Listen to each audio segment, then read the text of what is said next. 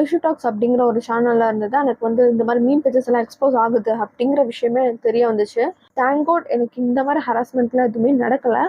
But எனக்கு வந்து வேற ஒரு விதமா வந்து அது வந்து எப்படி சொல்றதுன்னே எனக்கு வந்து தெரியல. பட் அந்த மாதிரி எனக்கு ஒரு இன்சிடென்ட் இருக்கு. அதை நான் உங்கள்கிட்ட வந்து ஷேர் பண்ண போறேன். அதனால தான் இந்த வீடியோ வந்து மெயினா நான் ஸ்கிரிப்ட் இல்லாம எனக்கு என்ன தோணுதோ அதை நான் பேச போறேன். அவ்வளவுதான். எனக்கு ஒரு கமெண்ட் வந்துச்சு.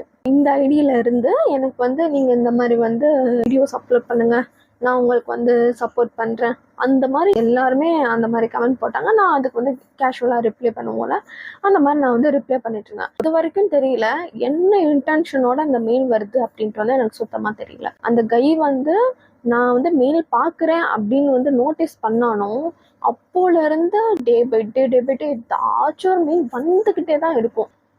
அண்ட் அந்த சாட் எல்லாம் எப்படி இருந்துச்சு போக போக பாத்தீங்கன்னா,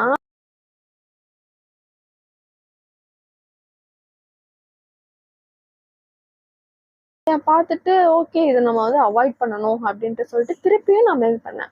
ப்ரோ இந்த மாதிரி எனக்கு ப்ளீஸ் இந்த மாதிரி வந்து எனக்கு வந்து மெயில் பண்ணாதீங்க அப்படின்ட்டு ரொம்ப ரெஸ்பெக்ட்ஃபுல்லாக நான் வந்து கேட்டேன்.